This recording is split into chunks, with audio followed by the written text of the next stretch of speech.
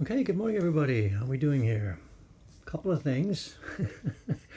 We've got quite a different setup here this morning, so I'm not sure about some of the audio levels.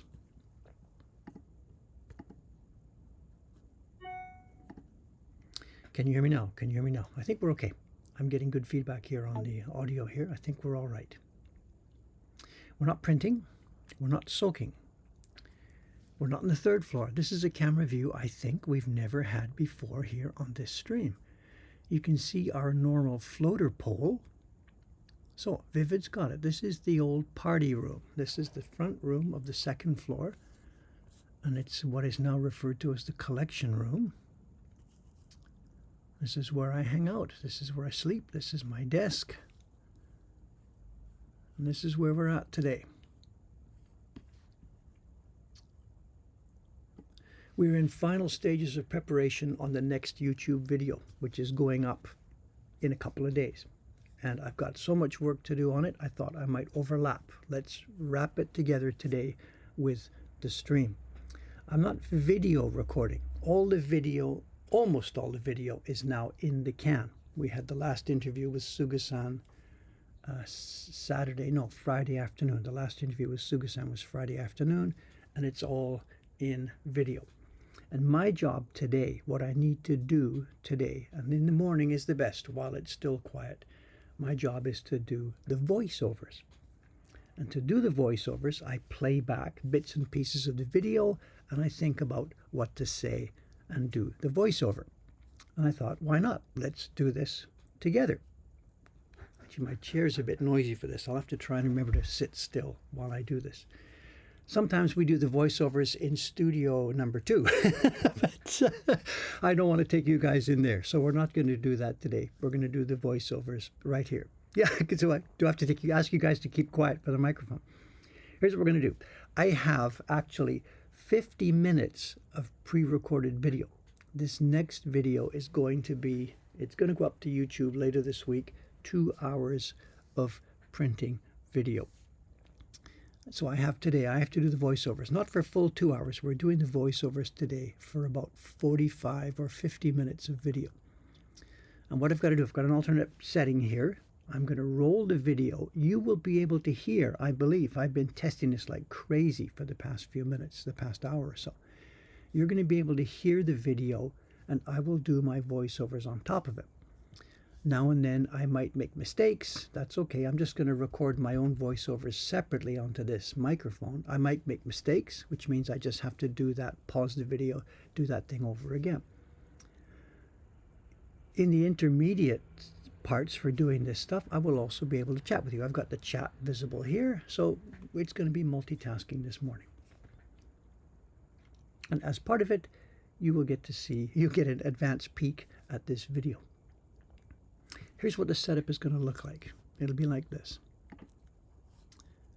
What you see there is a scene from the video. I'm here in the top corner. We've got the outside camera there as well.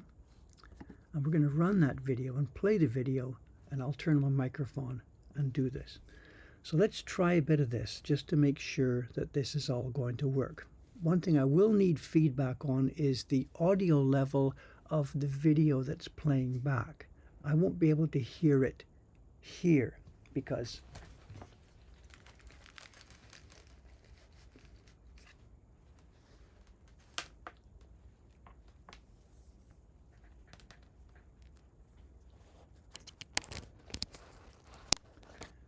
okay, have I borked anything? You can still hear my voice, right? And I believe you will be able to hear the audio from the video, but I will not be able to hear the audio from the video.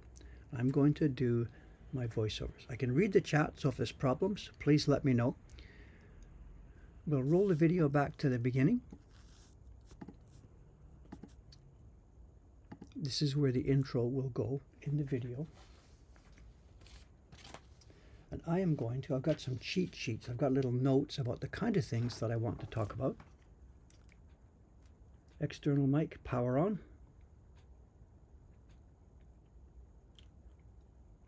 External mic now recording from my lapel microphone. No, just a minute, that's wrong. Yes, external mic now recording from my lapel microphone. let's give this a go. I'm not just going to, I'll talk to you back and forth while we're doing this.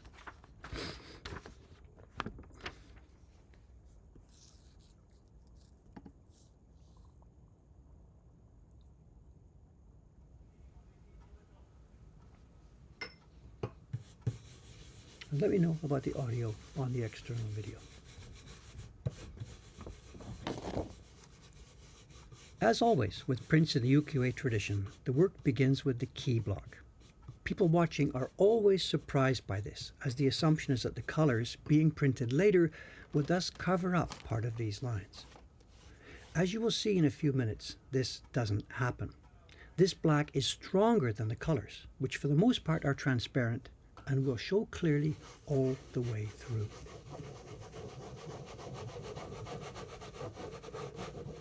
But there is another very important reason for us to do the line work first, and this is of course the issue of registration. There is no way that we could possibly get the colors in the proper location without having the key printed first as a guide.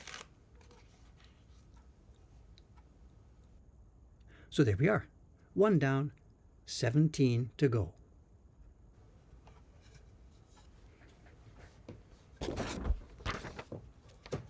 Everything coming up? Okay, good.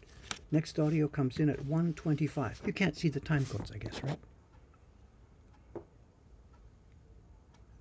The clips we are watching in this presentation were taken during my proofing session.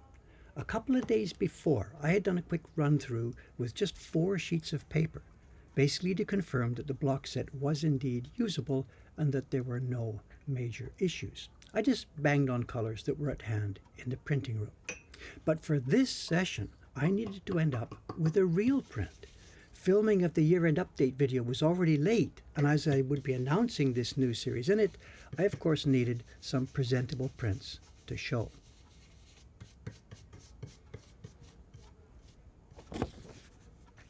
This is all going into a long audio file, which I will be clipping from later on. Next insert comes at 2:58. It's now 2:13. So far, so good?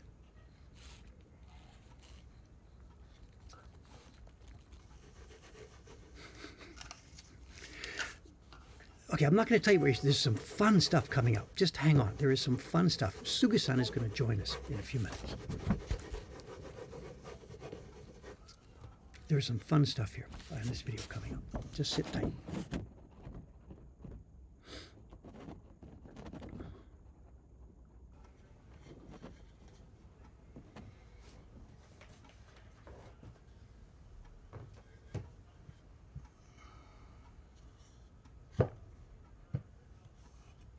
Because this is proofing, with the final appearance of the print yet to be decided, the block set has not been totally cleaned up. Do you see here the yellowish area of wood in a kind of an L shape, with unused wood left in the other area? That unused wood is actually too close to the yellow. It's going to be difficult for the printer to avoid getting smears of color on it. But I have left it at this point as a kind of insurance backup. If it turns out that we need more colors, more carving, we might perhaps need that area. If it turns out that we're okay with the current set, this zone will be chopped off before production printing begins. And later in this video, when you watch Suga-san print this same block, you will indeed see this unwanted zone is gone.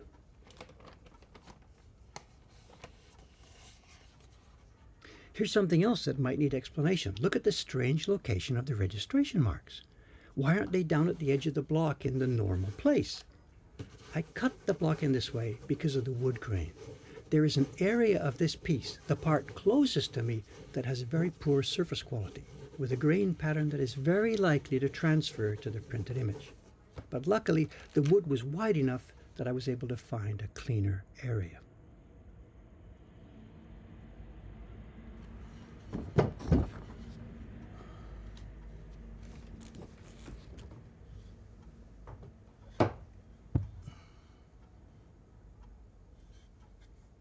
That truck went by just at the right time. I'll be able to cut it out later. YouTube voice. My elementary school teachers used to get to me about that, you know. I had my reading voice. Whatever. It's alive. It's alive. Don't worry about it. Don't sweat it.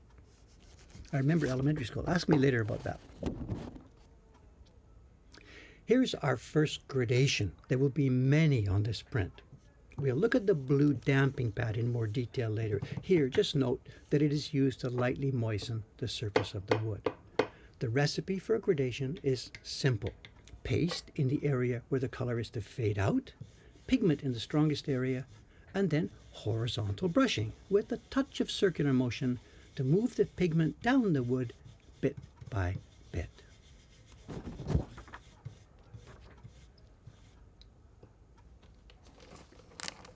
Can you hear the clock ticking in the background?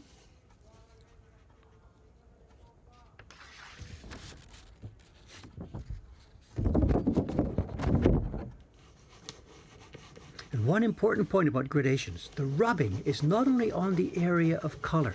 You rub vigorously over the entire surface, well past the area where the color will be visible.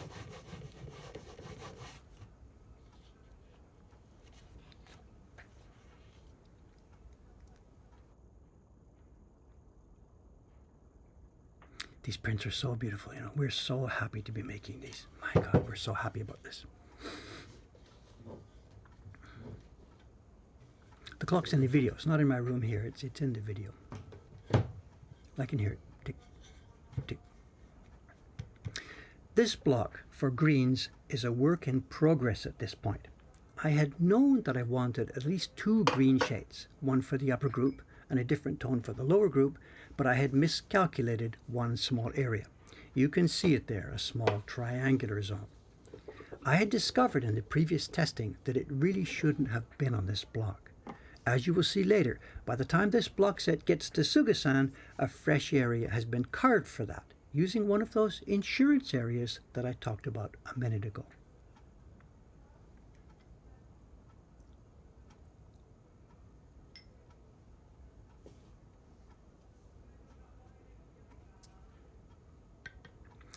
Look at this. I'm still using cups of pigment that I scavenged from the other printers' desks.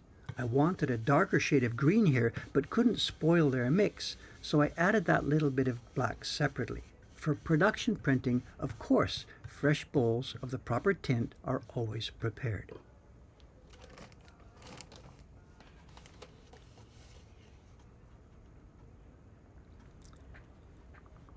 Watch the barren rubbing here. There's nothing random about this.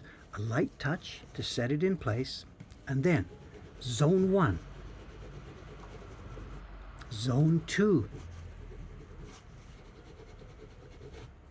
zone 3. Nothing random at all.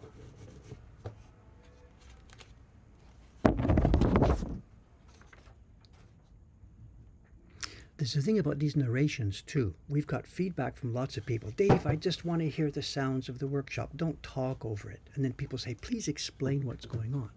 So we're going to do this video. I'm going to do the whole thing. It's a 59-minute video. And we're going to upload it to YouTube twice later this week. The exact same video with narration and without narration. So 2 hours of printing pleasure coming to YouTube soon.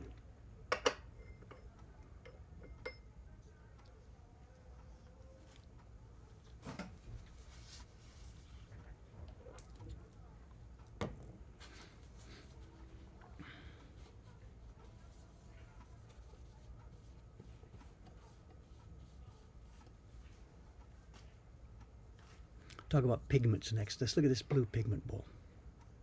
I went through this last night, making marks about the areas that I want to talk about. I've been showing the pigment bowls. Have you noticed something important? The color in the bowl, it's always rich and deep, and yet the appearance on the print can be very light. In this tradition, we never lighten pigments by mixing with white. We simply apply everything in small quantities. It's the white of the paper showing through the transparent mix that does the lightening for us.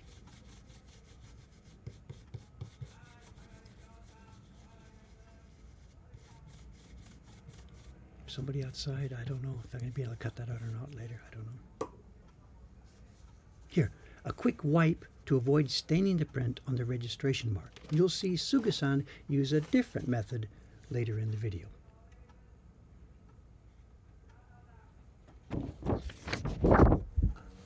What's going on outside? Is he selling something? They haven't started Owari yet.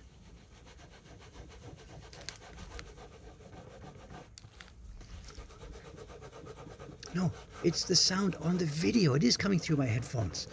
So I recorded this video during the day, and that was the sounds of the street outside. So that's okay. I can't stop that.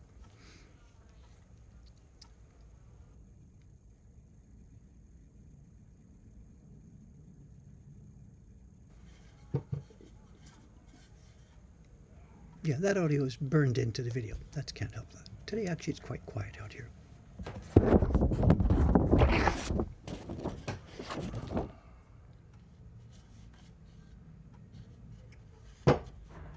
We've seen this before, the same L shape with insurance wood left in place.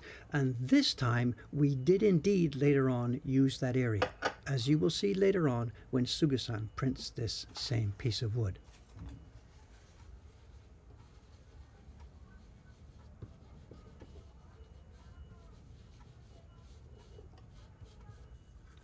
Now, something a little bit different on this one. We have one color in the bowl, and we will print that color, but we will see two colors appearing on the print. There's a fox in this image, and he has already been printed with a base tone, the same yellowish tint that was used for his partner, the cat. We will now print this new color on top of that base tone, so I needed to mix something that would produce the proper fox color in combination. There's no fox color in the bowl, but a fox color ends up in the print.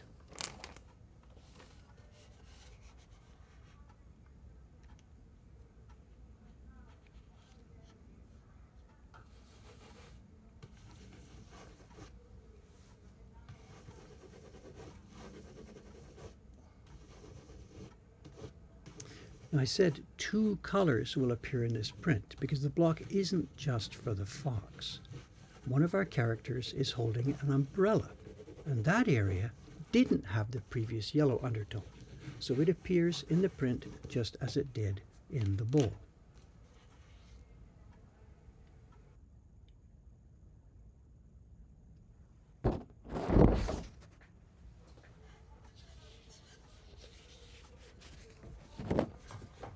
It's perhaps time to talk about the three cups. Pigment on the right, of course, as you can see. The center cup contains our paste. It's a starch paste mixed to be quite runny. The applicator is simply a piece of disposable chopstick. The paste just hangs on to the end of it. The leftmost cup is just water. It's usually not needed during a normal production run because the pigment is prepared to the proper consistency. But the printer finds that the color impression is starting to get a bit too deep. It would be easy to adjust that by using some of this water to thin out the pigment mix.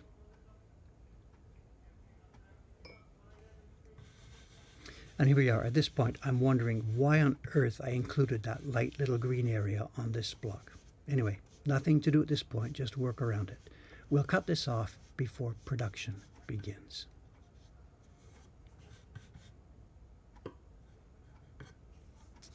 Someone says something is brushing against the mic every now and then. The sound you are hearing from my voice isn't the YouTube sound. I am recording from my lapel mic. I see that cable. I am recording from my lapel mic into a separate audio channel. The sound you're hearing, I think, is just simply through the computer interface. I think that's the plan anyway.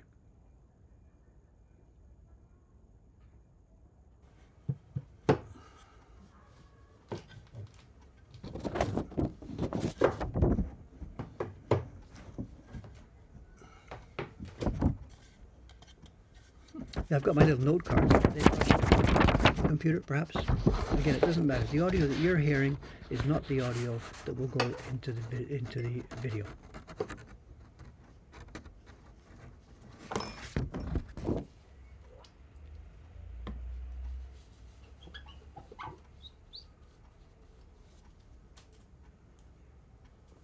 This one, it's another perfect example of the difference between the color in the bowl and the color on the print.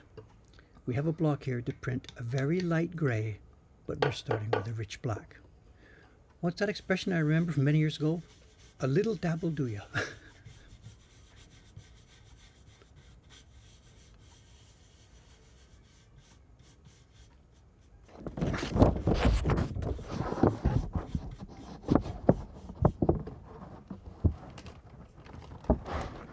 Yep, John's got it.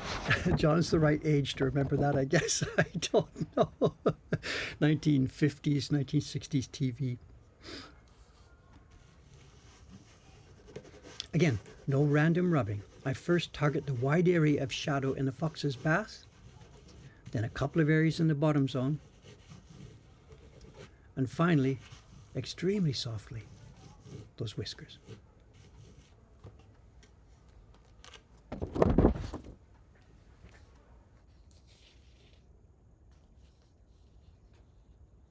That was a tough one for them to print. That was tough.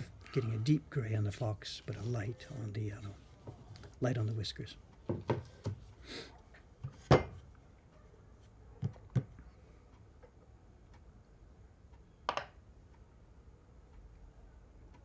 Next, 1635. We have 30 seconds left before the next one. Someone's asking about precision. There's a corner mark. There's an absolute clear corner mark where the paper goes. You can sort of see it at the bottom right hand side when I'm pressing the paper in place.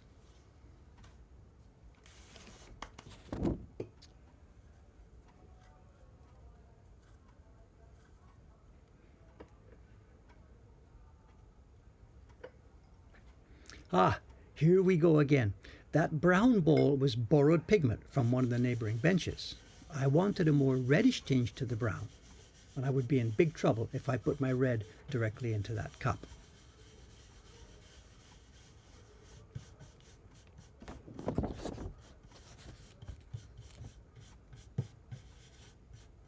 So the dirty brown of the cup, Michelle, it looks much more attractive with the red mixed in. Next cue, 1822. We're now at 1706. I got a minute free time here.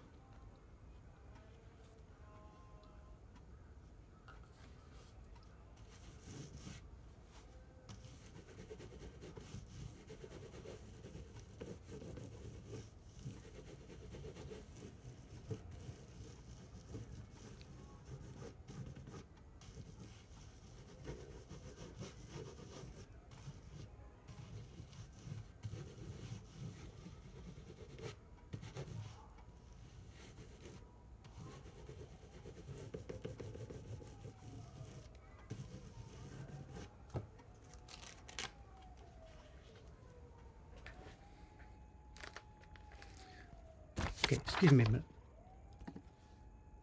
Let's pause this video for a second.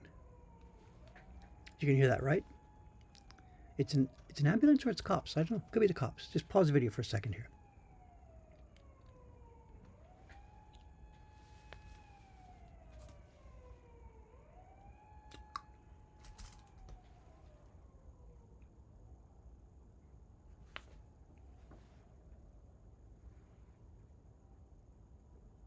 This means when I'm doing the final pasting the audio into the video, they're not going to match up, but it's okay. That's easy to fix, of course. Are we clear? Let's restart. The timing is now going to be, doesn't matter. I can figure that out easily. 20 seconds.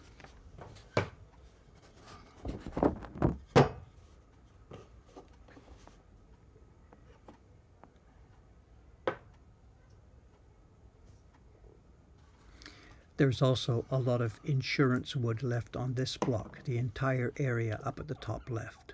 Much of it will end up being chopped away later before production printing.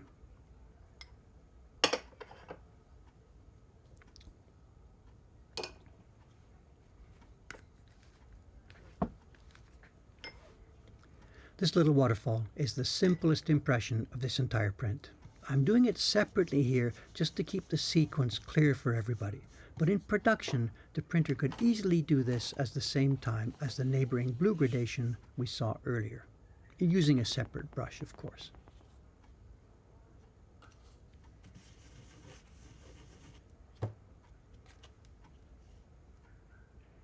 Coming together bit by bit by bit, you know.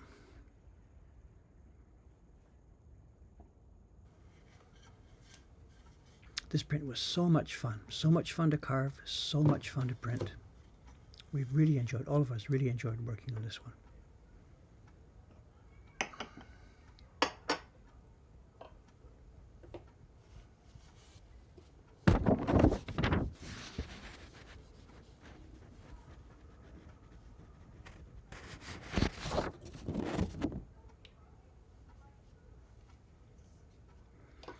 Here we are, this block's coming back for the third time.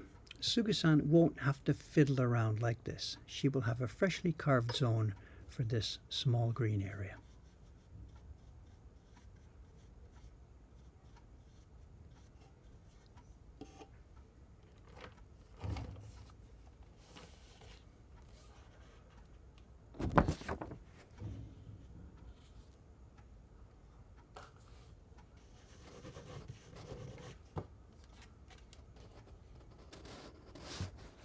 We do indeed need very small amounts of pigment, very small.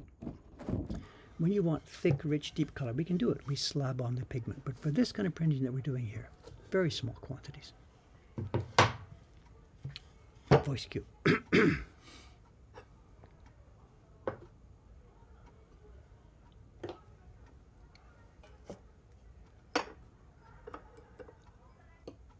Okay, time to inspect our little damping pad.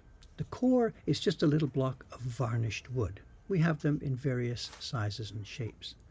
Suga-san prefers to use a strip of cotton cloth to wrap it. I find these strong shop towels to be completely suitable, and they don't shed small threads, as the cotton sometimes does. After wrapping, it needs to be moist, but not completely soaked. Squeeze off the water here.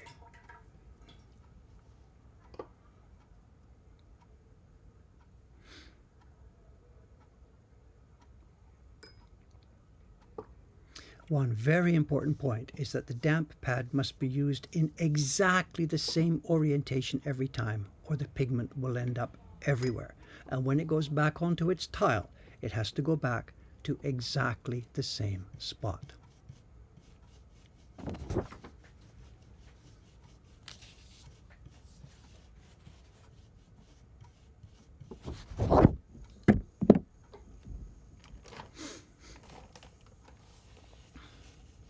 Next cue, 60 seconds away.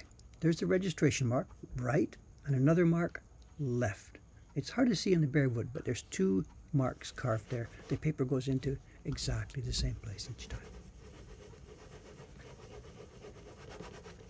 This proofing round happened in a day. I got my timing on the video clips, about 10 o'clock in the morning till about 3 o'clock in the afternoon. I only did, 6 or 7 or 8 sheets in there, so it was no big deal. And I scanned each one. After doing each one, I took it down to the scanner. That's what you're seeing here. This is scanned seconds after taking the actual impression.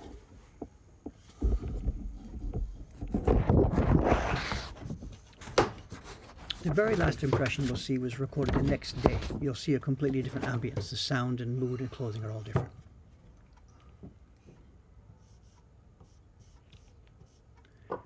When I was planning the color separations for this, I thought that the water gradation could perhaps be done across 2 little prints all on one block, but I wasn't able to do that cleanly, so I was required to cut a separate one for this small area.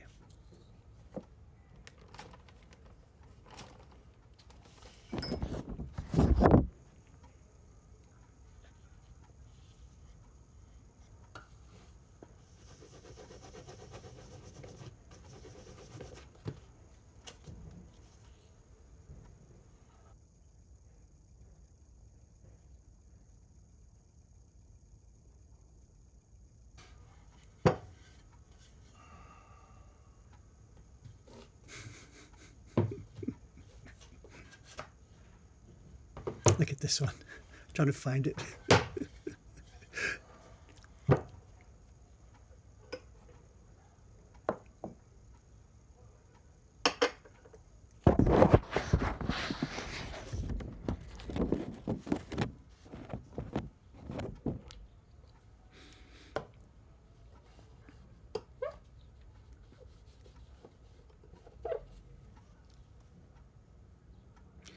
This is an impression that hadn't been planned at the time of color separation. It was only when I saw the result of the initial testing stage that I realized one of the prints on the bottom row was too bare and needed a background tone. That tiniest touch of blue pigment will do it.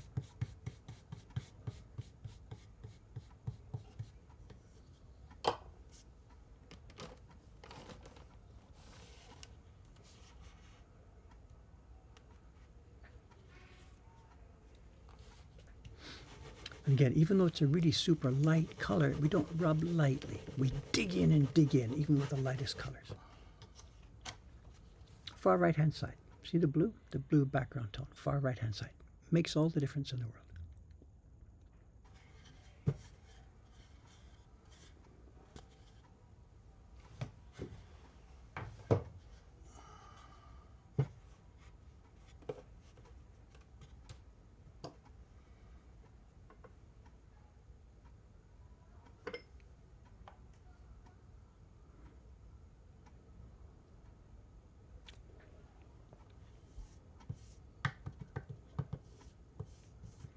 Some more improvisation here. It's much easier to see the tint when rubbing on the surface of the tile than trying to look down into the bowl.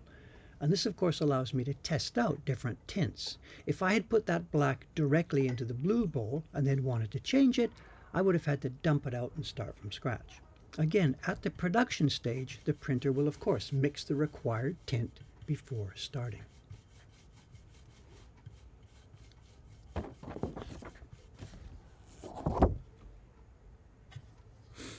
When will we see the bloopers reel? I think this is it. I don't know. There aren't too many bloopers reels here, you know. If we had a setup with cameramen and take 1 and take 2 and take 3, we would have that sort of stuff, but I don't. I just have to get it organized by myself and, you know.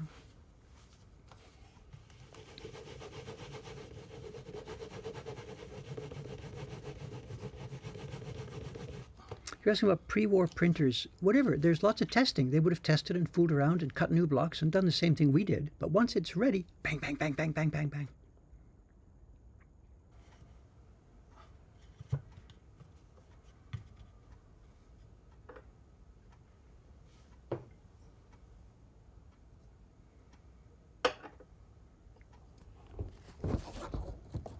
Oh yeah, the rubber band. I'll get a hint. Talk about the rubber band, it says. Here we go. It seems that I remembered when shooting this video that I was going to have to explain this. I have tightly wrapped a rubber band around the brush about halfway down. This stops the hair from flopping around too much and really helps keep the gradation from spreading out too far.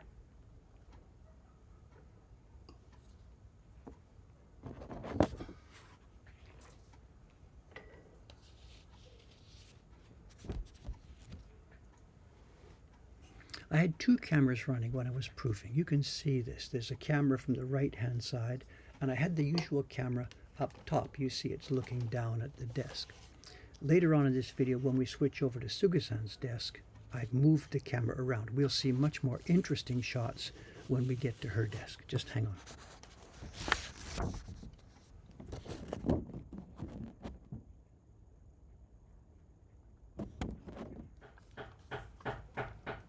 This white paper, it's just a quick fix to mask off the unwanted area. You'll see in Suga-san's version later in this video a much, much better way to do this sort of masking.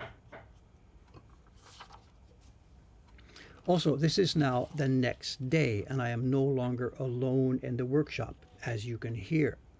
Carver Chon-san is working in the next room. He does most of his work at home, but for his noisy clearing work with a hammer, his neighbors would complain. They do complain. So he's learned he has to come over here for that part.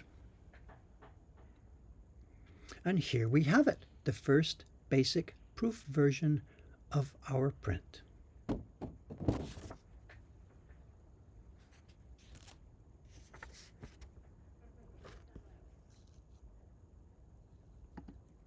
Okay, let's pause this for a second here. As I said, what's the deal on this video? It's a bit confusing here. The video is going to see the whole process twice. It's my proofing version that you just saw right now. And then the video, as you see, it's going to move on. We're going to see Suga-san doing it.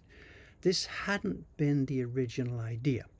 What I thought was I did my version first, but then I thought it was so boring. Just two cameras, same. I thought it was so boring that I decided, okay, Dave, for the YouTube video, let's do this. Let's interleave. Let's shoot Suga-san doing some of these colors. And then you can interleave. We can show Dave putting it on, Suga-san rubbing, blah, blah, blah, blah, as we go through the print together, talking about this.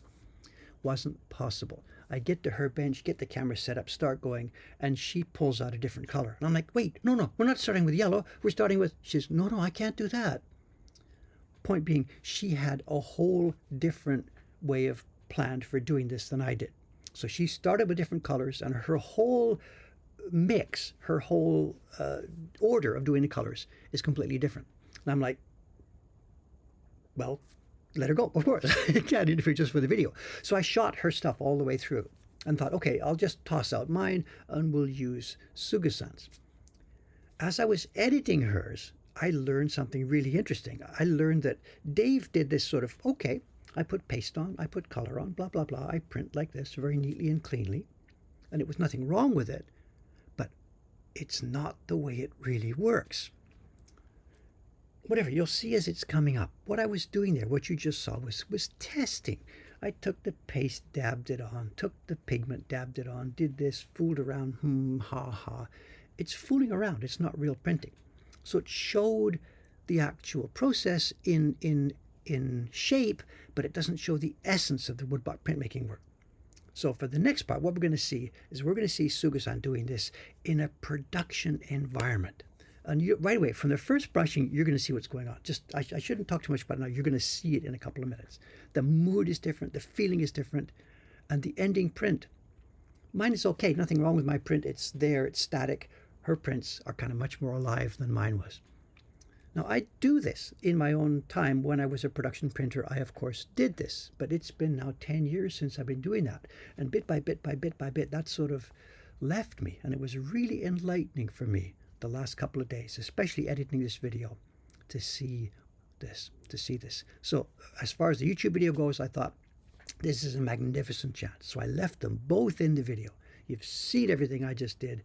Now let's watch it happen in sort of IRL, in real life. Let's give it a go. I've got some similar notes, stuff to talk about. And let's go and see her version. There's one thing to mention. I said she's a production printer. Go. No wasted time. But I did have to bother her for one thing.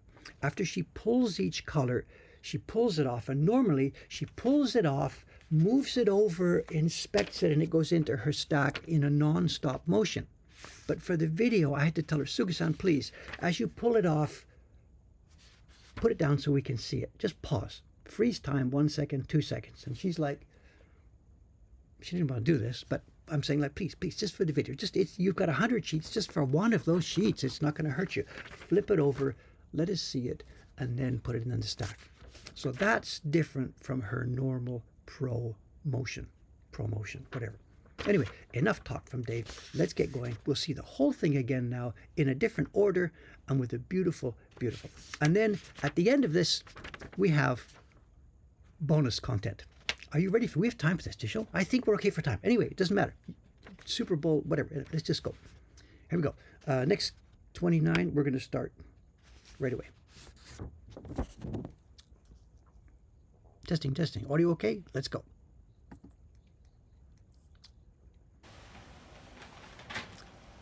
As I mentioned in my introduction, I missed Suga-san's work on the key block. So we are starting this segment with her first color, the Yamabuki yellow on the animals. In the interview at the end of the video, we'll hear her explain why she took this different approach. Did you see the size of that stack of paper? She has just around 100 sheets in her batch, and she's got them in two groups of about 50 each with a hard plastic card in between them. And perhaps you can see here over at her left, sitting on top of her outstack, she has one of my proof copies in a clear folder. And this is her reference copy all the way through her printing.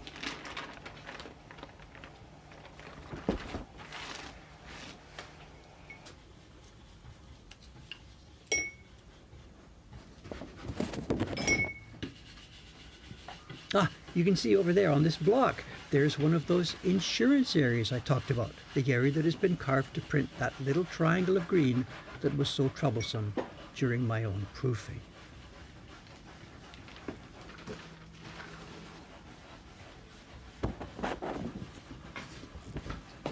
There's also other printers at work in the room here. I think there was 3, Ishikawa-san, Ayumi-san. This one is taking place over a period of some days. Just a minute, let's talk about it. Hang on a sec. I got another cue coming up. 10 seconds.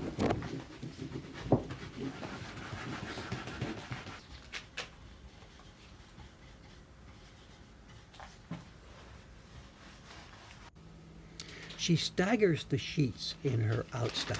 This is to help evenly spread the moisture that was added during each printing impression. Stacking them straight up would result in some areas getting too wet and soggy, while other places remained too dry. As you can see, instead of mixing a bit of black in with the green as I did during proofing, she has prepared a proper amount of the tint. There's more than enough in that bowl for her entire run. We always want to avoid remixing partway through.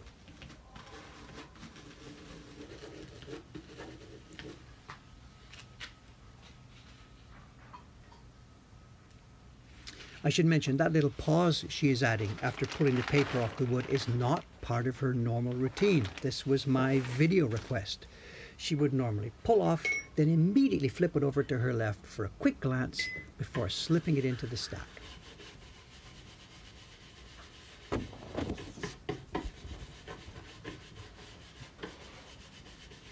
Hi Mom, how you doing there? Good. My mother's here. It is hopeless, is my mother here. Talking about my sister Sherry, who of course is watching the Super Bowl. I'm curious how much money she's got running on it. Next cue, 45 seconds.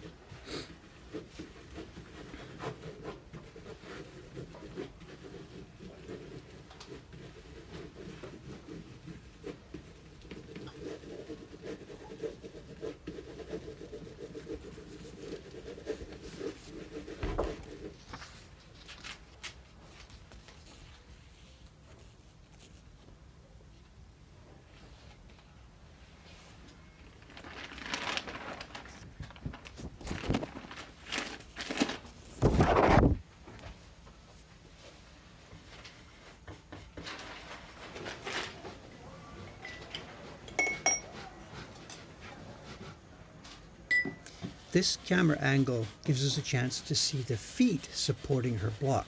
She doesn't use that non-skid material that I typically use. She feels that the block moves around too much and doesn't have any flex. So she uses small pieces of dampened, rolled up cotton. They can of course be adjusted to match whatever shape might be carved on the back side of the block, and they give a very stable feel when you are rubbing with the barren. We can also see the angle of her printing bench and how this allows her to work, keeping her wrist in a basically straight orientation. Printers like us, we can work all day, every day like this for hours on end and never encounter any wrist pain.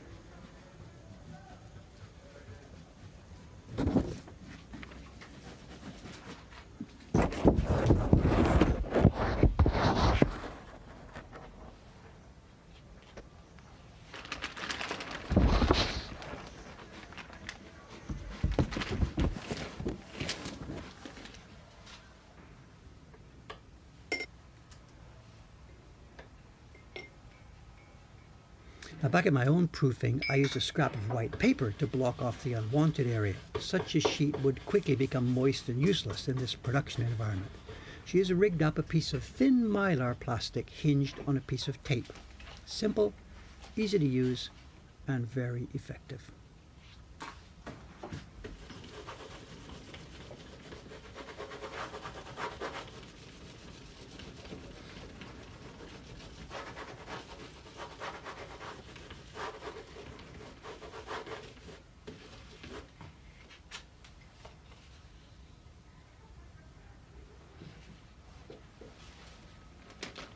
Look at the level of adjustment here. She wants this paper in place just right. Look at this.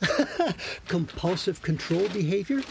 Not at all. Simply, if you want your prints to be executed as perfectly as possible, you have to live and breathe exactness.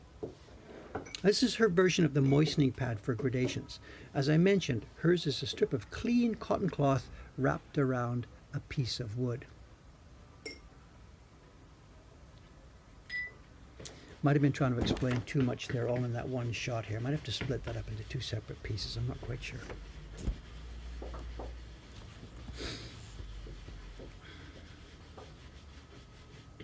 Someone's asking about the proofing notes. It's all by eye. All by eye.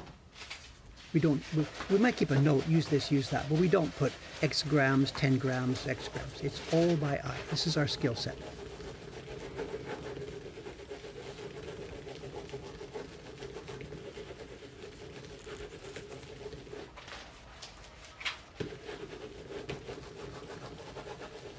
This was a gradation, not graduation, gradation.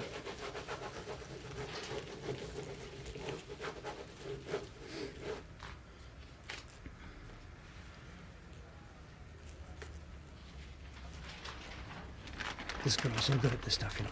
We are so happy to have her with us. She's also happy to have this kind of environment to be able to work in, you know. It's all very well being a printer, but if there's nowhere to hire you to sell the prints, you're out of luck.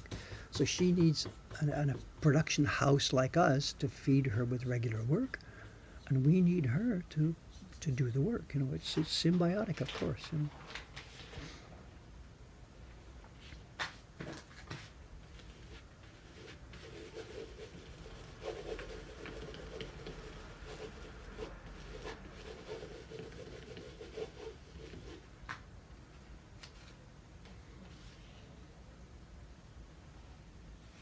Her segment is much shorter than mine.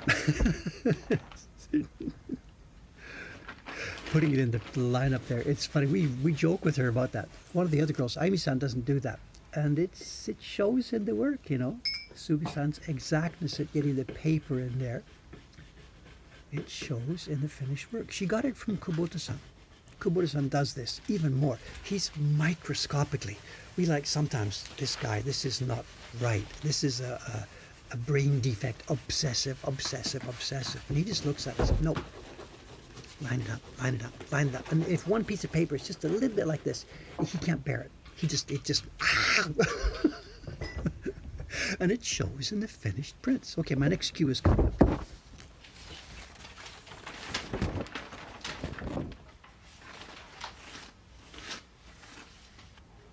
This is another improvisation. For very small gradations, she wants better control than that larger block of wood will offer. So just a little tiny roll of cloth will do the job.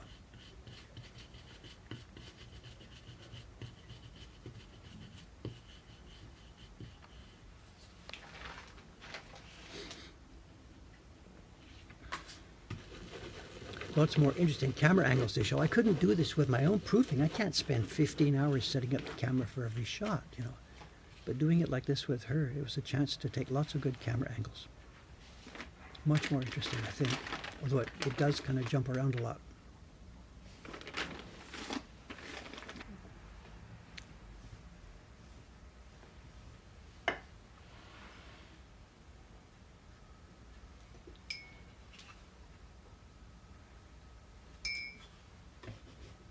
Here is another protector. She wants to keep the registration mark there from picking up pigment. In my group, you saw me pick up a tissue and wipe that spot after brushing. Suga-san, she doesn't get it dirty in the first place.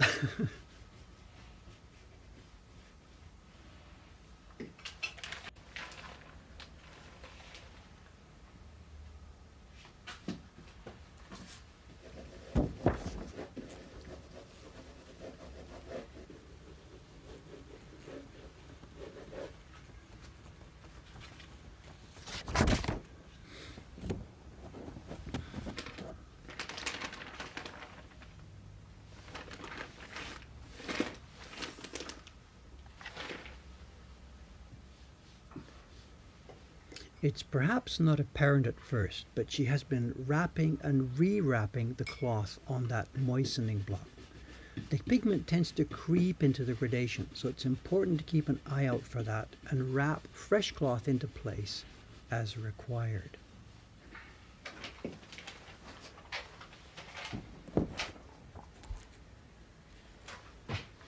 Two minutes to the next cut.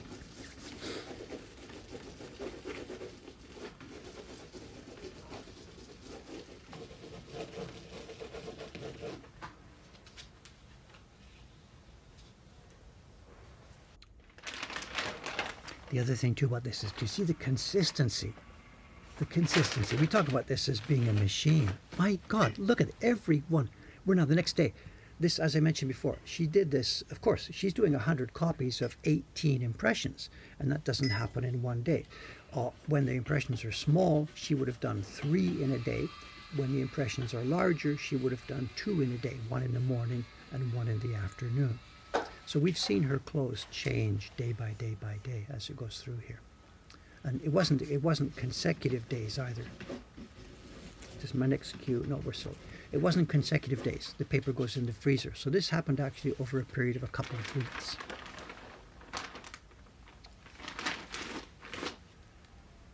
How many employees? Well, we cut paychecks for over 21 people a month now, but they are not all my employees. Some of them work as independent contractors. Some work here in the building. Some are employees with healthcare and insurance, all that kind of stuff. Some are just paid by the piecework. But there's over 20 people now in our organization carving, printing, and doing everything else.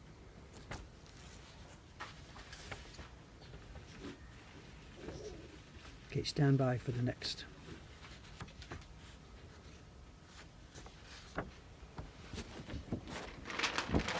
There's one out of order there.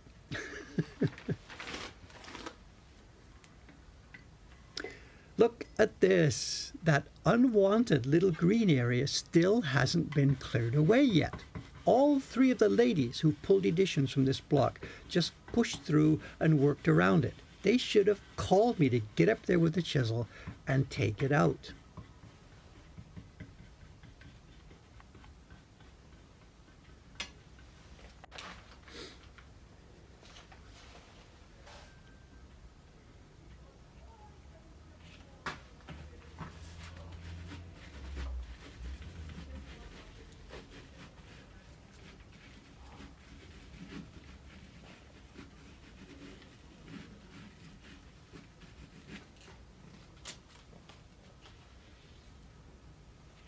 Get in here. I think there's 2 left at this point. I'm not sure.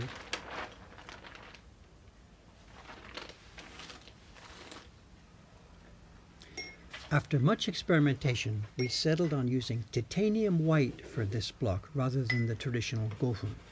The white is mixed in the bowl with a touch of liquid Nikawa glue, and it leaves an interesting half-transparent impression, just right for the steam above the bath.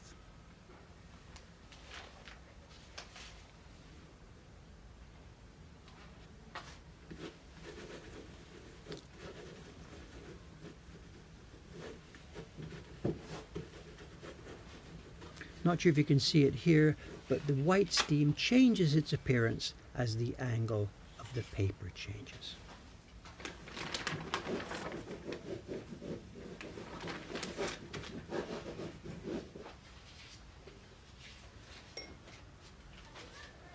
Suga-san told me later she had actually planned on finishing off with the white steam layer, but forgot this little blue zone, the waterfall. So she had to add it last.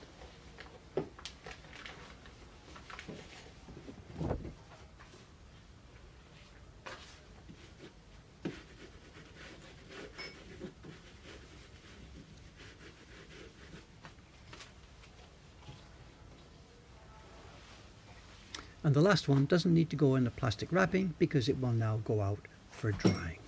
Aren't they beautiful?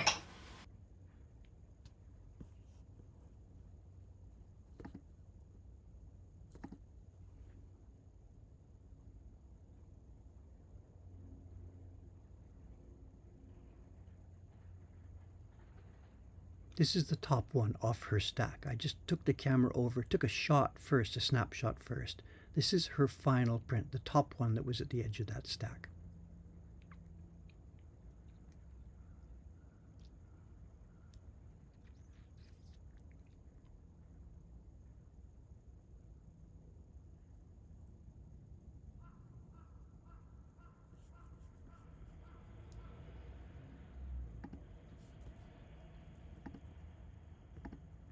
Now, what's coming next? The video doesn't finish there. The video has 9 more minutes. I'm not sure what to do. The next part doesn't need any voiceovers from me. After we were finished the final color, I set the camera up on one side of the room. I called Aoyama-san to come from downstairs to be a cameraman for us. Sugu-san and I put a microphone between us.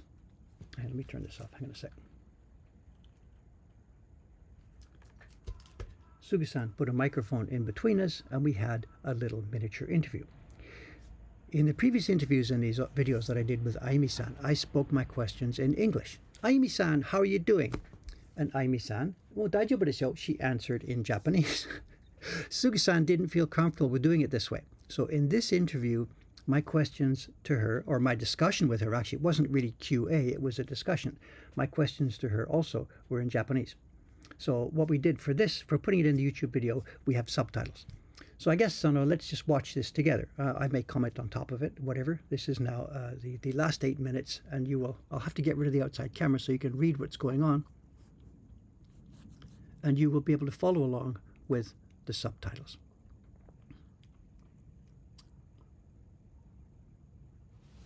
Sugi-san, どうも、thank you very much. 申し訳ない、仕事中にその時間で。大丈夫ですよ。今日何を作ってますか、今日は。今日はこっちの GJ の5月ですね。2年前のシリーズの。そうですね。2年前の大変ですか、ジェイドさんの。簡単ですか。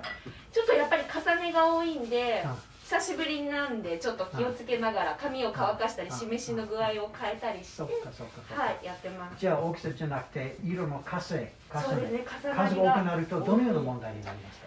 やっぱり重なりが多いと、髪がこう歪んできたりもありますし、あと動作の加減ですけど、ジャンコになるのを気をつけないといけないかな。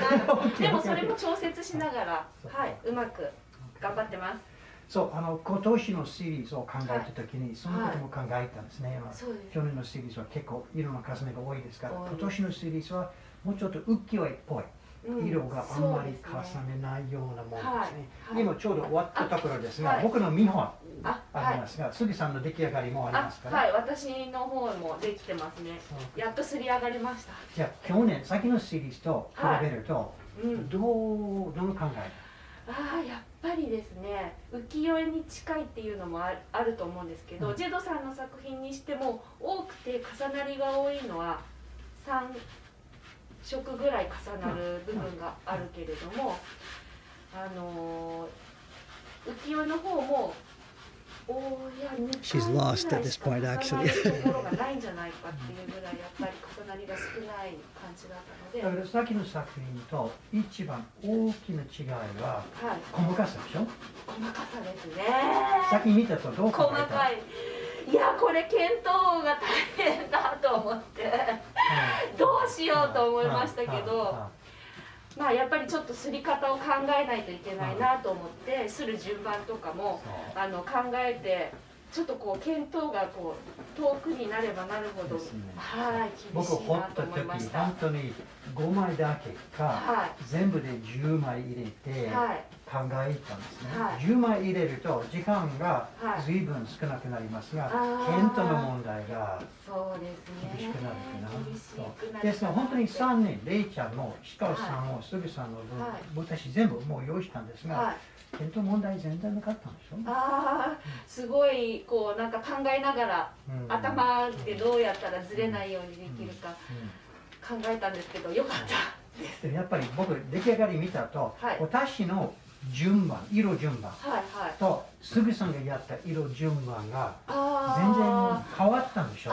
そうですね。僕は広いところを先に色を入れたんです。面の広いところですね。スグさんが逆に小さい細かいところからやりました。私はやっぱり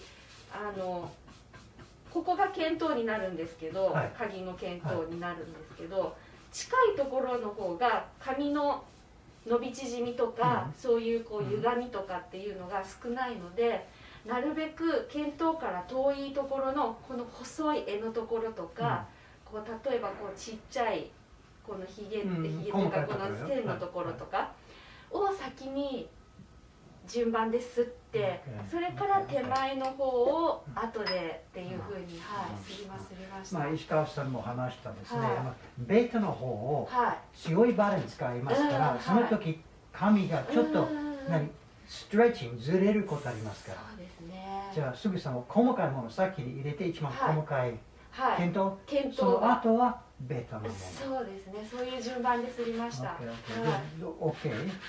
そうですね。一応それでやっていくと、なんとかうまく、こっちにずらして合わせて、あとは大きいものを後ですると思って大丈夫だったかなと思います。どうですか?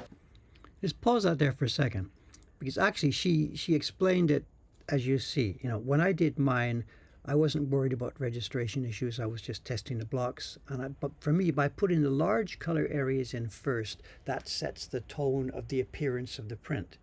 Then the smaller color areas can be changed, and they don't really dramatically affect things. So for me to do the proofing, it made sense to put the wide areas in first. But for her, she's not choosing colors. It's all decided. The decider here put it on her desk and said, this is what you're going to do first. So she's simply thinking of technical issues here. She's not thinking of color tones and color depths. She's thinking about the technical issue. And what she said was to reinforce it. To print the wider areas requires a heavier pressure, and sometimes, if you're not careful, or if the paper's a bit too moist or whatever, or even just under normal, the paper can actually stretch, and it's a fraction of a millimeter. And over the period of the next couple of days, it will come back down. But if she's printing the next color right after it, that paper could be a little bit stretched. And as she said, that little umbrella stick is so delicate that it would be off. So she looked at it and she put the ones in that she thought were critical registration first. The yellow, the fox's ears, the places that umbrella stick, those places that would jump out at you if the print was misregistered. And only after those were in place did she get to work on some of the larger ones. So that's the basic difference. I was doing it in order to get the color balances worked out.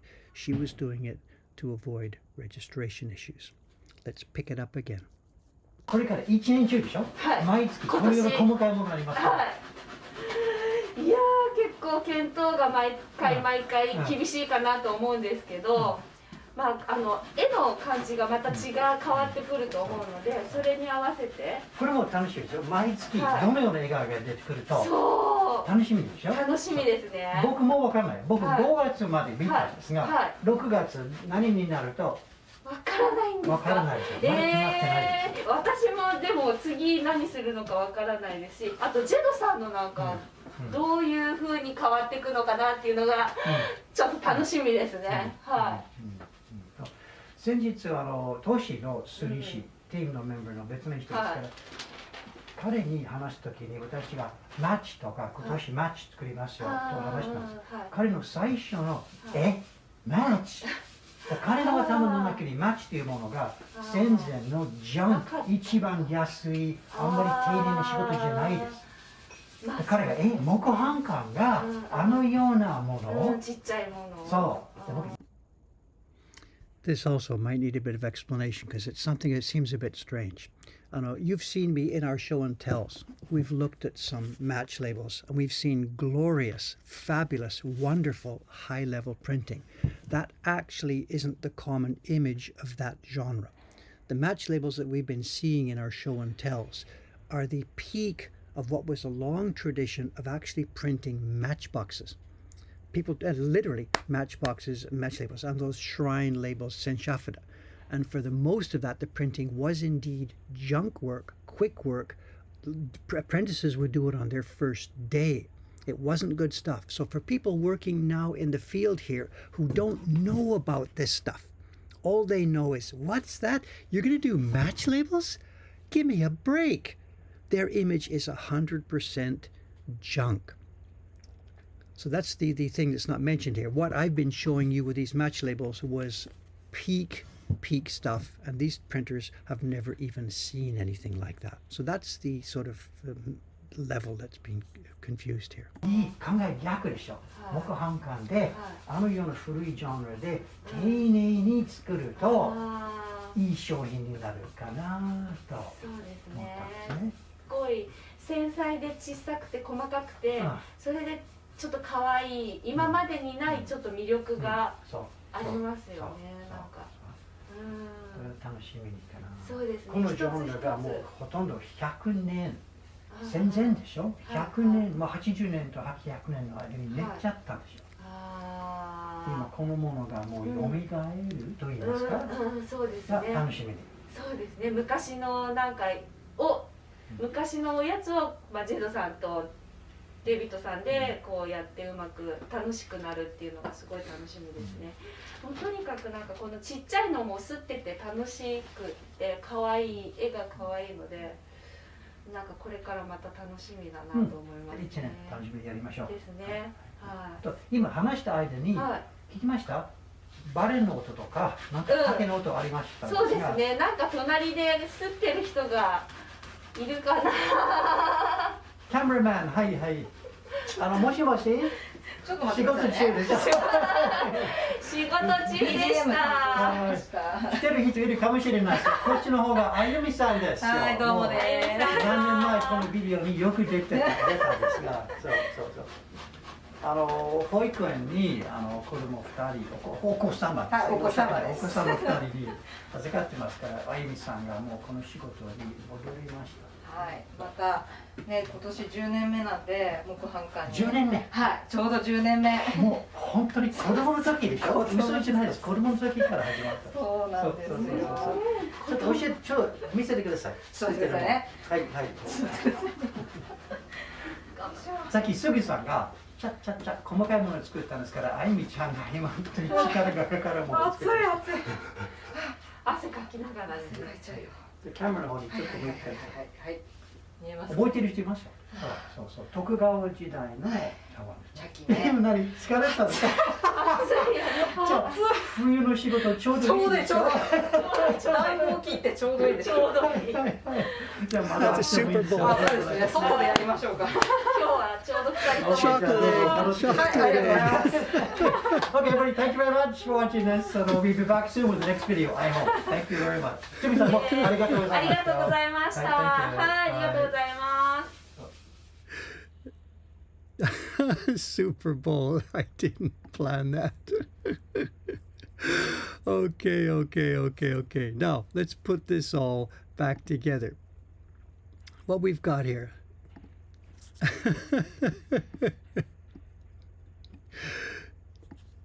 Okay, I don't know if anybody's left with us. Everybody's gone over to watch the football game, I guess. For that last little thing, we called Aoyama-san. Aoyama-san came up from the downstairs room, and he was sitting behind the camera. There wasn't anything to do for him just except to turn it at the last step. He just rolled the thing around. Okay, it's 9:08. We have just in time for show and tell. If anybody's still here. Hang on, let me get some of this gear off the microphone.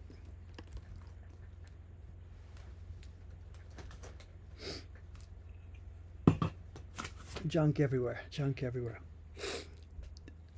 600 people are still here. Is the Super Bowl that boring? I don't know. Okay, all right. Somebody's asking about the kids and children. I fell into this. I got mixed up so much when I was in Japanese. When you first are learning Japanese and you come here, you do it the same way you did with anything. When you were a kid, you learn language. People say stuff, you repeat it. They say stuff, you repeat it. This is how we learn our mother tongue. And this is how many of us try to learn, of course, the language that we're learning. The words that people say to you, you repeat the words back to them when you were speaking to them. Of course, it's a normal way of doing things. In Japanese, it works this way, but there's a huge catch to it. There's a change in vocabulary because of the politeness levels. Talking about your own kid, you can say ko, child, or whatever. But talking about somebody else's kid, you can't use the word ko. You have to say oko-sama, your honorable child. I mean, it sounds a bit silly. You know, her kid is an oko-sama, your honorable child. But that's the normal way of language.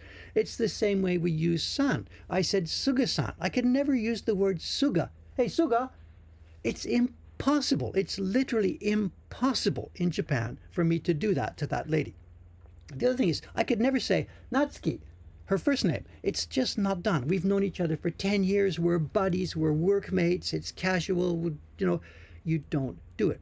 There has to be the word san with somebody else, and of course, never for yourself.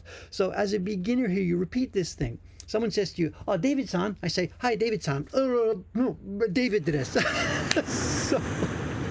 So there in that conversation, I just mentioned the word, I forget what I said. The kids, your kids are in Hoikuen, right?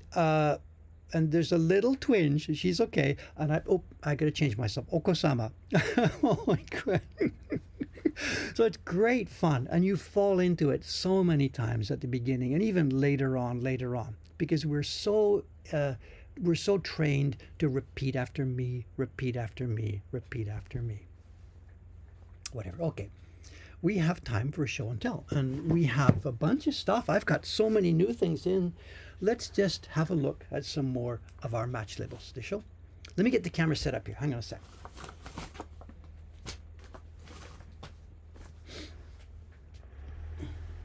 Actually, what I should do before I zoom the camera in here, we're in the collection room.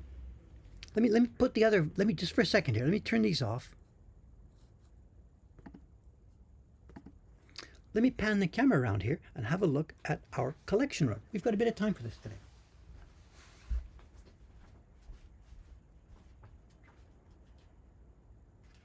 This is the room that used to be the party room. Those of you who were here before, this used to be the actual party bench, the party desk.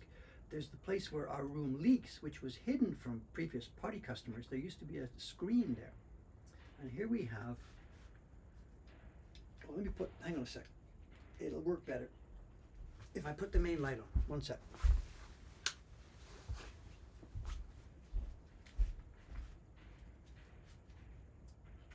The room outside, there's the camera outside. The camera is on the bench out there outside. And this is, of course, these are our main collection shelves. You've seen me sit here and record videos. We have larger prints in folders. We have smaller books. We have books full of match labels and Saint Jeffrey prints. This and that, this and that. And this is all double shelves. I don't know if you can see it. The books here have books behind them. There's stuff that we can't get to. My next job sometime in the next couple of weeks is to clear away this junk area here, which is just stacked up junk, and I have to replace it with things that we've received in the past couple of months, which are all waiting here to go into the collection. So we're way, way, way behind on the organization.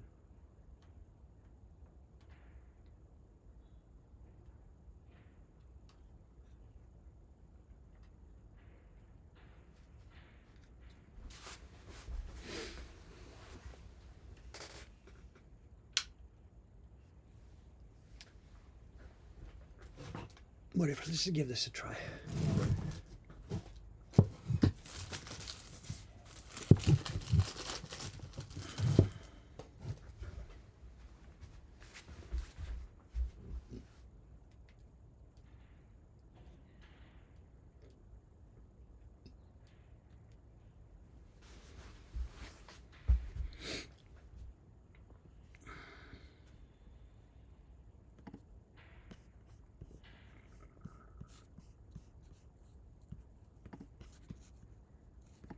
This is the point at which we need extra cameramen. Oh, the ceiling too. You've seen the ceiling, have you? This is actually rare stuff. The ceiling here is a rare example of, there's a, what's the name for it? I don't know. I forget the Japanese word. In English it translates as to reverse boat hull. And it's a ceiling that's just in a straight arch like this. And I guess it looks like the bottom of a certain type of wooden boat. And it turns out that this is super, super, super rare. When we had the print parties in here years ago, one day a guy came for a print party. He was here with his kids. The print party almost didn't happen. The guy came in the room with his kids. His wife was here. He came in the room and said the equivalent of, "Oh my, oh my." It's a reverse boat hull ceiling, and that's it. He wasn't interested in anything else at all. He just wanted to see. He was an architect and blah, blah, blah, blah, blah, blah. And stuff like this never gets preserved in Japan. When our building gets torn down, this will probably, if I don't interfere, this will just get torn down with it and thrown away into the thing. And it's really, really rare. It's an example of 1960s interior decoration. Very expensive, high-class 1960s interior decoration. The voiceover has been stopped, I think. Here, the red light. Oh, the power to the machine is on. No, it's okay. Thank you for the hint. It's okay. The voice recorder is stopped. And then after we showed him this room, we said, well, if you think this is good, we have something else to show you. We took him down the hallway to the back room here, where we have a bamboo umbrella ceiling built into the building. And it is, and he just basically pooped himself. He just rolled on the floor and died. He took pictures. He left me his card, and I told him that, at some point when we're doing renovations, he said, oh my God, please. So this ceiling and the back ceiling are promised for preservation at the time when the building comes down. And I'm with him. I'm not hostile to this at all. I love that idea. There was another one in the middle room. We didn't destroy it. It was gone before we took the building. But when we rent the building, we rent it as skeleton. We can rip it out, do whatever we want. It's completely up to us. Nobody cares. Okay, where were we? Oh, there's some stuff in this book. There's some stuff in this book. You're going to die when you see this. Where were we? We were at the end of the summer, and I've learned more about this.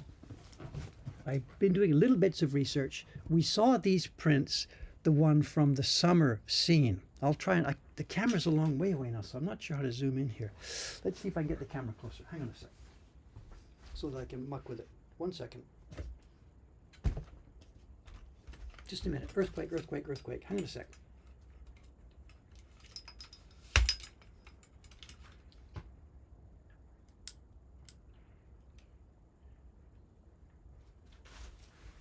If I get the camera closer so that I can touch it. Here we are. Okay.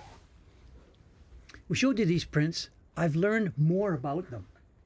I thought it was the family name, Katase. It's not the family name. This is an area. If you've been to Enoshima before, then you got off at Katase Enoshima Station.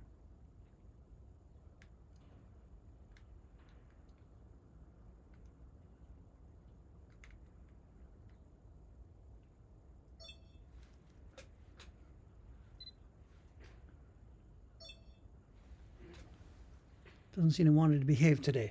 We got off at Katase Enoshima Station. So this is the Sawada family commissioning a match label set of 12 prints in commemoration of their summer holiday.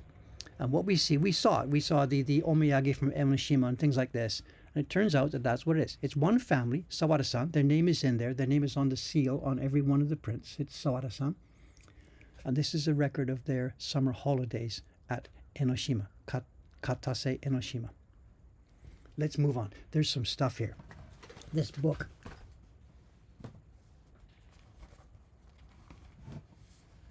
Okay, next set.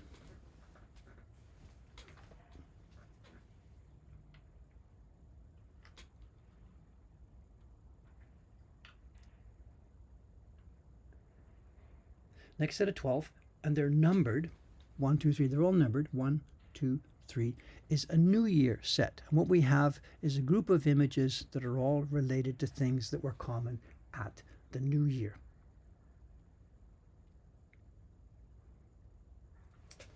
It won't focus here this morning. Hey, let's see. It's menu. Camera.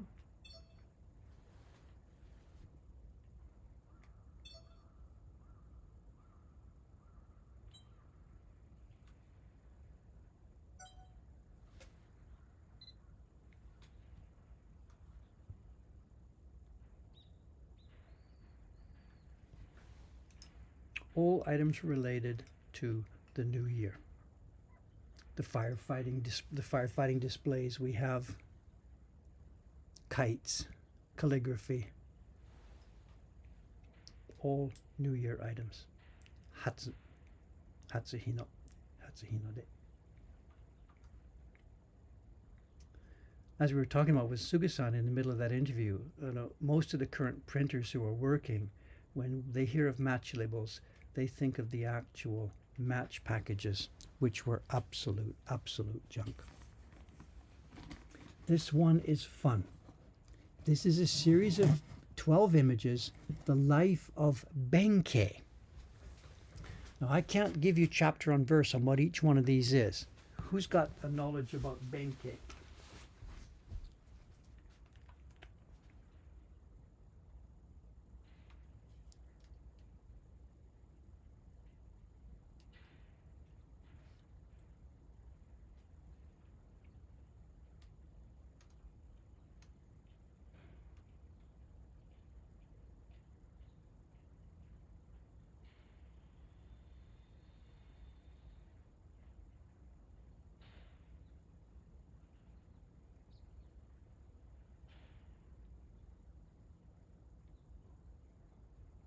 The famous bridge scene, that's about all I know. When you speak about Benkei, that's the only one that comes to mind for me. The guy who organized this book has so carefully kept them all in the actual sets. It's so rare. When we get these books, they're usually mixed and matched and stuff spread all over the place. Focus is no good. Okay, sorry. Hang on a sec.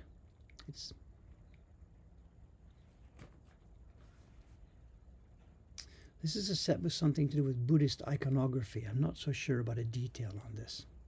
Here is a fun group.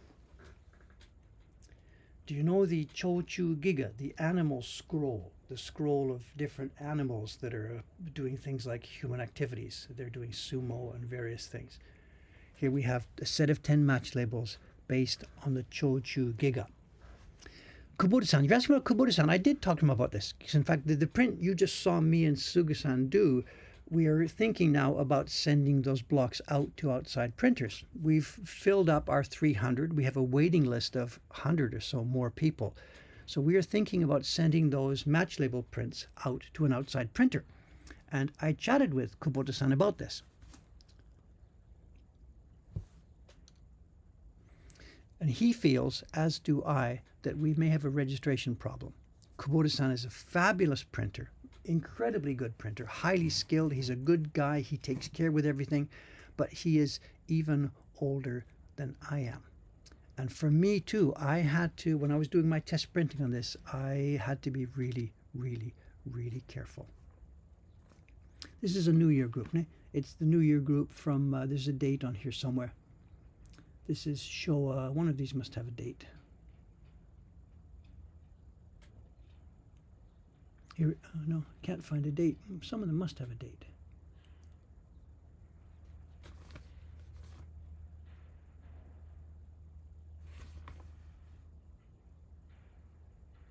Here we are, Showa 12. So this is the New Year group. It must be year of the ox. A New Year group from Showa 12. So the year of the bull, Showa 12. Somebody's got it. Right. This group look a little bit familiar to you. This is the group we've just seen. The print that we just made this year took 5 prints from this series. And I learned something really, really fun with this. We have 20 of these prints in this set in our collection. They're online in the collection. And reading back there the other day, I saw this. I said, we have 20, but we suspect that this is not a complete set. They never made sets of 20. It wasn't decimal. Sets of 8 were extremely common. 4, 8, 12 were common. 24 were okay. Sets of 20 were not known. So I put a little note on that collection page. I suspect there's 4 or perhaps 5 more coming up. And bingo, there are 4 more. 1, 2, 3, 4, 5, a title sheet that we didn't have. So we now have what we think. There's 24 plus a title. That makes complete sense. So I think we now have a complete set of these. These are trimmed a bit more tightly than the ones in our collection. But we now know, I think, that there's 24 of them in the collection.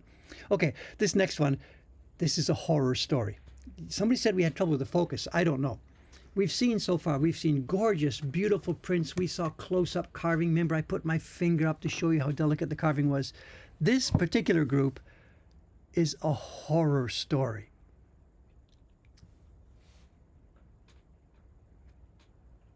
And I have no idea. I should keep quiet because I have no idea what is going on here.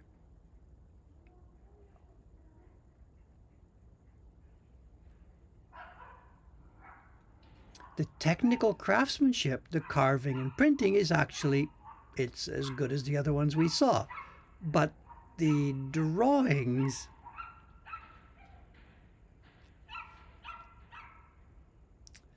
and this doesn't seem, it's nothing to do with kabuki and the fact that we're seeing guys dressed up as girls. These are actually ladies. This is not the stage here. These are women in various fields of life. You know, the marriage thing, a woman from the Yoshiwara, a normal woman. These are not even all people from Yoshiwara.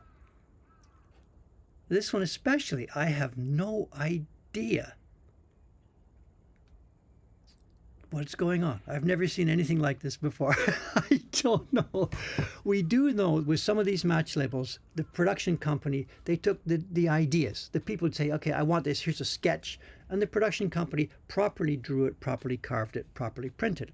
There are some kind of labels where the people actually drew what they wanted. They must have sent them in. The production company said, if that's what you want, that's what you're going to get, I guess. I don't know. 12 views from Chernobyl. Good point. I don't know. They're going in the collection. We'll get them online when we can get them online. Now, we had this next one is another interesting point and an interesting question. These yearly ones, the album opened with Year of the Rat, and that was Showa, was it Showa 11 or Showa 10? I can't remember. The next group we had from the New Year series was Year of the, that must be the one we just looked at, the Year of the Ox, and that was Showa, whatever it was, I forget the numbers. Then the next one, after Ox, comes Tiger. The next group, this guy's collected them each year, the next group, and it says it's Showa 13, this must be the Year of the Tiger, but up to now we had normal, polite New Year iconography. The ox in various scenes, nothing out of the ordinary. All of a sudden, the mood changes. We have a tiger, we have a tiger, we have a tiger doing various things, and then all of a sudden we have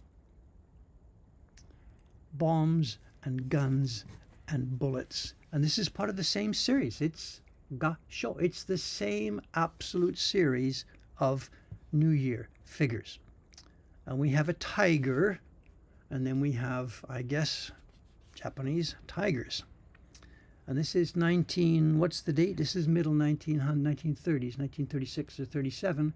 And Japan, I guess, is at war with China. And for some reason, they thought their Happy New Year prints would make sense, full of imagery like this. Now, how much of this was controlled by the guys in the group themselves and how much was dictated? There could have been a lot of social pressure at the time. Anything being published had to support the military, whatever. I don't know the backstory behind this. Or these guys were just nationalistic Japanese people and they thought, hey, let's go along with this. There was a war on. So normal morals and normal ethics and stuff are missing. Okay, we'll do two more. We'll do this Chinese set and then one more set that I've got to show you, and then we'll wrap off exactly at 9:30 and save the last quarter of this book for the next stage. This is a set of Chinese opera masks. And these are kind of strange. There's nothing at all Japanese about these. These are straight from Chinese opera. Anybody with any knowledge of this will be able to see this. They will know who these characters are. To me, it all looks like the same guy with the masks. I don't really know. And everything about them, the coloring and the carving and the shape and the appearance, this all screams of Chinese opera. And they look like pro. When I first opened this, I thought, what am I seeing? Is this pro wrestlers? In 1936, did they do that? And I don't know if they did that or not. And it's page after page after page of them. They're kind of interesting. They're kind of glorious. And they all look like men. And they all look like sort of demonish characters. And it just goes on for page after page after page. And someone says, I did not expect these, and I didn't either. A huge group of these. They're beautifully made.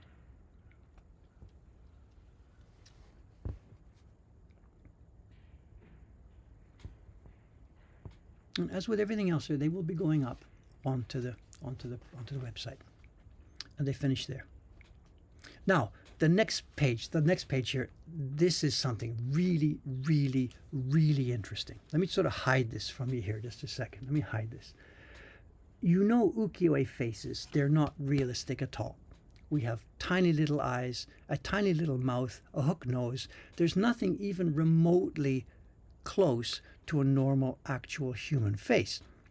But we accept this. We accept ukiyo-e. For 300 years, these look like normal faces to us, and we accept them. They don't look sort of, maybe when you very first see them, they do look a bit bizarre or something, but you get used to it and it looks normal.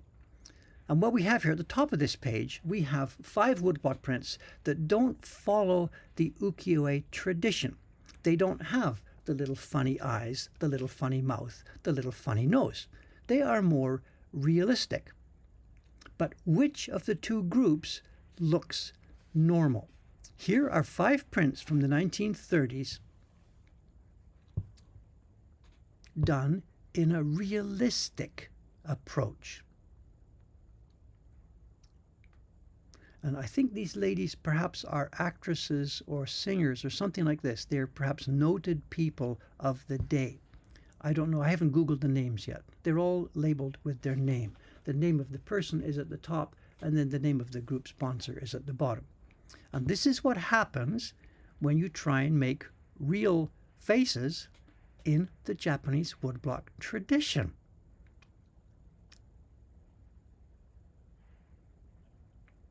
And one of them, I find this one is sort of normal. The eyes, I don't know about the eyes, but this one is sort of normal. But the other one, and it's like we're in some kind of, what's the word they use? The uncanny valley. And these 5 ladies, who presumably were alive and sat for their portraits, when they saw these, what did they think? Maybe it could be done if the artist was just a bit more skilled. I don't know. For me now, this is an open question. If you go back through most of our work in the years we've been making prints, we just don't do faces. We just do. It's like there was an old Peanuts cartoon. I remember, like Linus and Lucy were talking or something like this. And Linus was showing his little sketchbook of drawings or something. And Lucy, the psychologist, the psychoanalyst, said, "Linus, I can see this. You never draw people's hands." And she tries to analyze this, you know. And she analyzes the guy to death, and he says, "Well, actually, I just don't know how to draw hands." Whatever. And I think it's something similar here. With all the years of training at doing it this way, I mean, this looks actually okay and beautiful, but there's nothing realistic about that. And yet this doesn't in any way look beautiful at all. Can it be done? I don't know. For me, it's an open question. An absolute open question. Okay, it's 9:30. We've had our stream here. I've had fun with this. I want to thank you very much. The recording stuff was work that I did have to get done, so to mix it with this stream has been really fun for me. It's Monday now. I'll be back in 3 more days. I really, again, at this season for me, I have no idea what I will be doing when I get back on Thursday. We'll be doing something. For those of you who have missed the game, go ahead and go and watch the game. How much did you win or lose? Let's put the outside up again.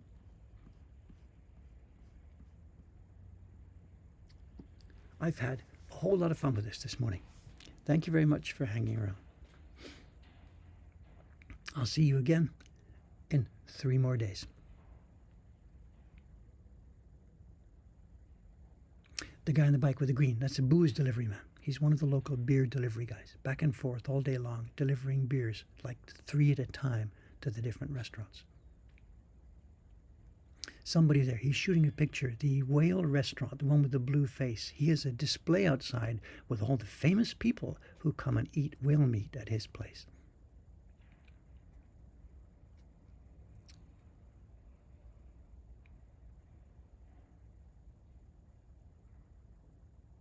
Okay, I am out of here now. Thank you very much, guys. I've had a ton of fun today. Thank you very much. Bye for now.